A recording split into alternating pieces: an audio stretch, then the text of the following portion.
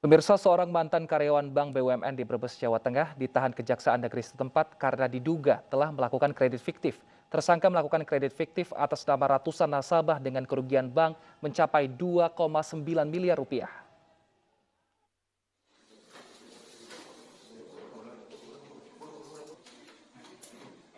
Kejaksaan Negeri Brebes menahan Aditya Cahya Nugroho, pegawai Bank BUMN di Kecamatan Bumi Ayu, Kabupaten Brebes pada Kamis sore.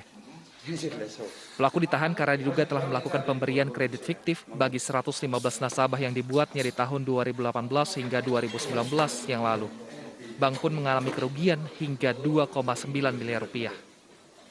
Pelaku ditahan di Lapas Brebes serta barang bukti diperiksa. Tersangka ACN ini telah menyetujui pengajuan kredit yang seolah-olah seakan-akan diajukan oleh nasabah. Adapun pengajuan kredit yang tidak sesuai dengan ketentuan yang berlaku pada salah satu bank BUMN tersebut, keseluruhannya sebanyak 115 rekening dan digunakan atau dinikmati untuk kepentingan pribadi. Atas perbuatannya, tersangka dijerat dengan Undang-Undang Nomor 20 Tahun 2001 tentang Pemberantasan Tindak Pidana Korupsi dan akan menjalani sidang di Pengadilan Tipikor Semarang. Dari Brebes, Jawa Tengah, Yunibar, iNews melaporkan. Kepolisian menggerebek kantor pinjaman online di Sleman, Yogyakarta. Sebanyak 86 pegawai pinjol ilegal ini diamankan.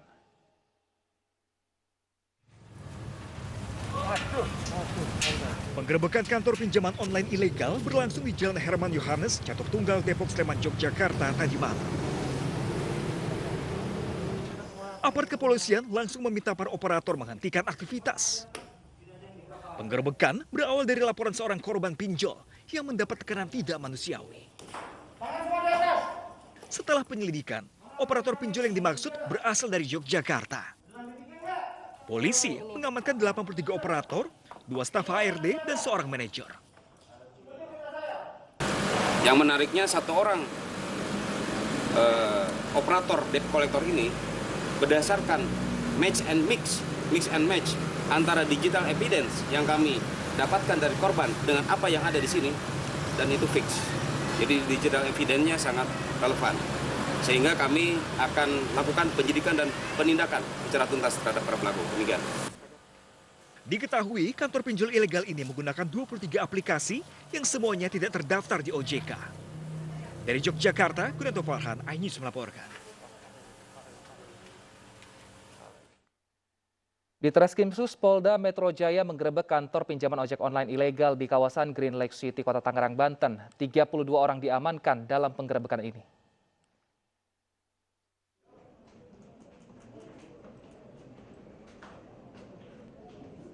Kantor pinjaman online ilegal di kawasan Green Lake City, Tangerang, Banten, PT Indo Tekno Indonesia, digerebek di Treskrimsus Polda Metro Jaya. Terdapat 7 ruko 4 lantai yang dijadikan kantor untuk 13 aplikasi pinjaman online. Dari 13 aplikasi, 3 terdaftar di Otoritas Jasa Keuangan atau legal, sementara 10 lainnya ilegal. Para penyedia aplikasi pinjaman online tersebut sangat merusakkan masyarakat lantaran kerap menagih utang dengan disertai ancaman kekerasan kepada nasabahnya. Tidak hanya itu, mereka bahkan tidak segan-segan menyebarkan konten pornografi nasabahnya di media sosial. Polisi akan membentuk tim khusus menerima keluhan masyarakat serta menutup aplikasi.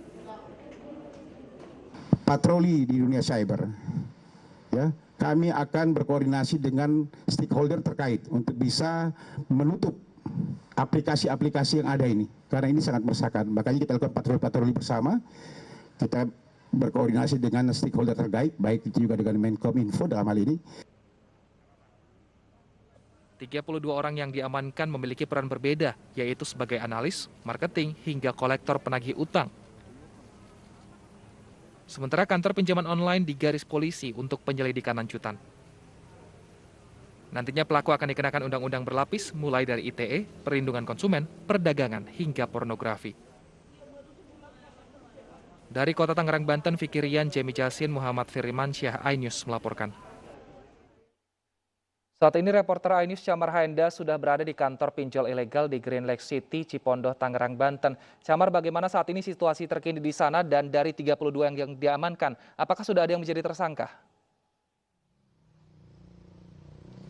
Ya baik, selamat siang Wilson dan juga pemirsa. Pasca penggerebekan yang dilakukan oleh Polda Metro Jaya kepada salah satu aplikasi pinjam online di bawah naungan PT Indo Tekno Indonesia, hingga dengan saat ini situasi dan kondisi dari ruko ini masih terpantau sepi.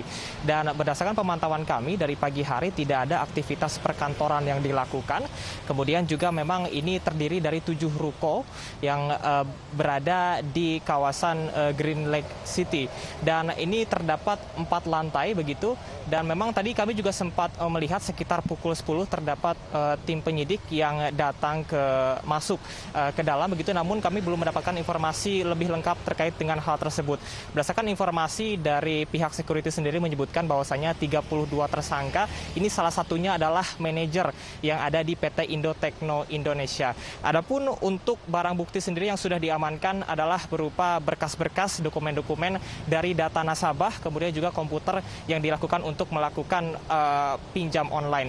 Dan terdapat 13 aplikasi pinjam online, hanya 3 saja yang sudah legal, sementara 10 lainnya ini masih belum legal dan belum terawasi oleh otoritas jasa keuangan.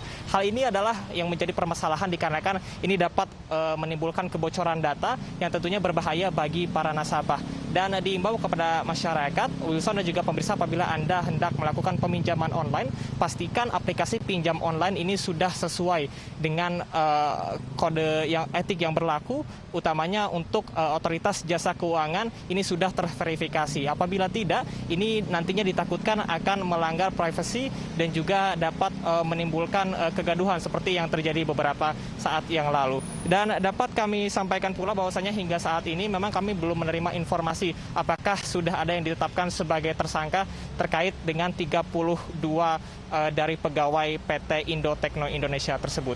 Demikian Wilson, kembali ke Anda di studio. Chamar Haenda melaporkan dari Tangerang, Banten. Terima kasih. Pemirsa, Presiden Joko Widodo memang menyoroti maraknya kasus penipuan pinjaman online dengan bunga tinggi. Polri pun bekerjasama dengan sejumlah lembaga terkait untuk membentuk Satgas Penanganan Pinjaman Online Ilegal yang kian meresahkan masyarakat.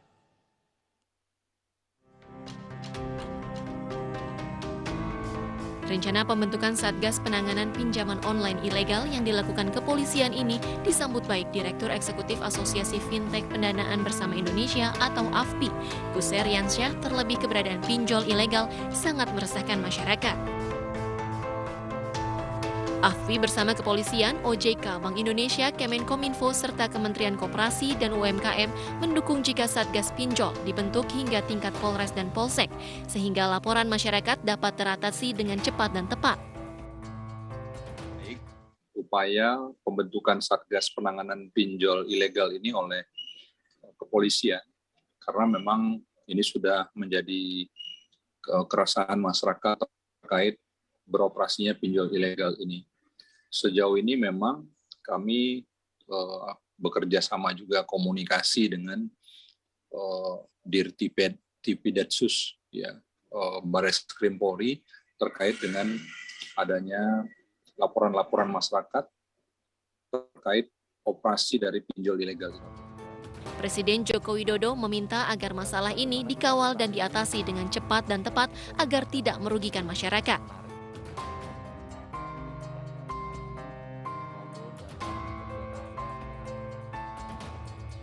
Tetapi pada saat yang sama saya juga memperoleh informasi banyak penipuan dan tindak pidana keuangan telah terjadi.